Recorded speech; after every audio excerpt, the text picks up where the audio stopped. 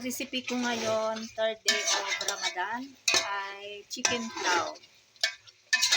Nagisa ako ng bawang, sibuyas, kamatis, din nilagyan ko ng yung masala, yung powder, turmeric powder, and then yung chili powder, salt, and some lentils, yung coriander seeds, fenugreek seeds, at saka cumin seeds. And then nilagay ko itong chicken, 2 kilogram itong chicken, isang buo na chicken. Lagyan ko din ng patatas. And then pag half cook na ito, lagyan ko ng tubig.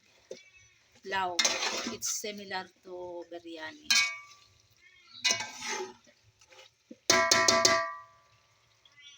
Ito ang aming pang dinner after ng iftari. Kasi pag mag-iftari muna kami, open fasting with dates, din some pakora, and some bakeries, and of course yung dates ang importante, and sharbot o kaya juice. And then mag-namas. After ng namas prayer, then we have to eat now for dinner. Check natin.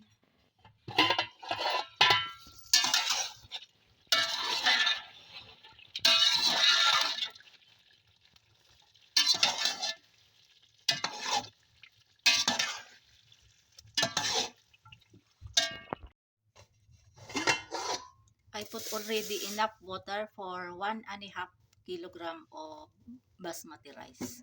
Pag nag-boil na ito, ilagay ko na yung rice na nahugasan at sinok ko yun, nakasok yun, nababad ng 10 minutes para mas maganda ang pagkaluto ng basmati. And now I think the rice is water is already boiled. So we can put now this nababad na basmati rice, 1.5 kilogram.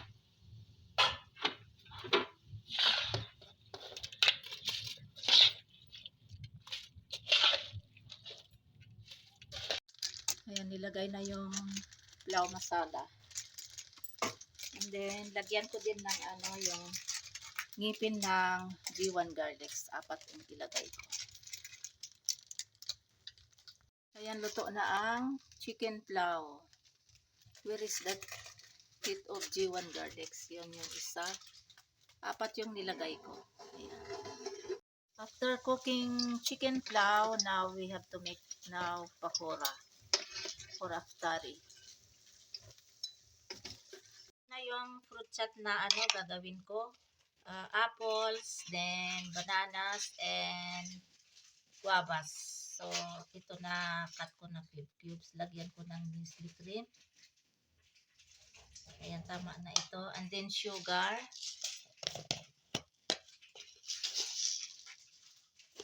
2 tablespoon sugar. At saka, ito yung fresh cow's na ito yung cow's milk na fresh na pinakuluan. So, lagyan ko ito ng kunti lang. Ganito ka simple ang fruit chat dito na ginagawa. Walang condensed milk kaya nilagyan ko ng sugar. Dagdagan ko muna ng ayan, tama na ito.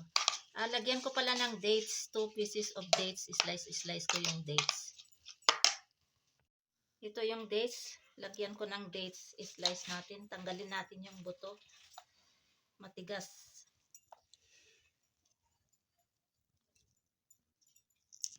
Ayan.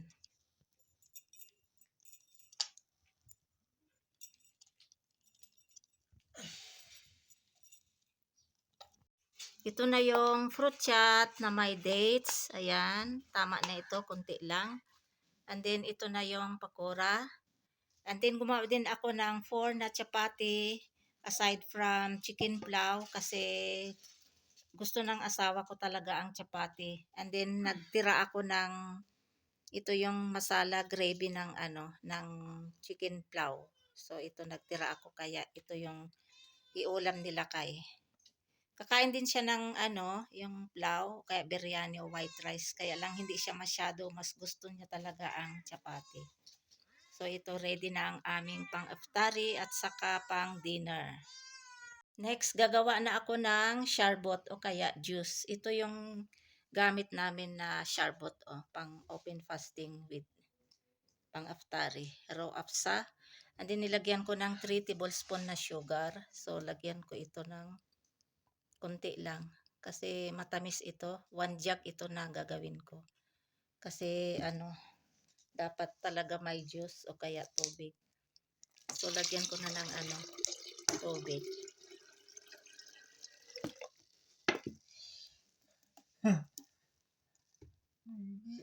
Dapat full itong jug. Ayan. Tapos mix natin.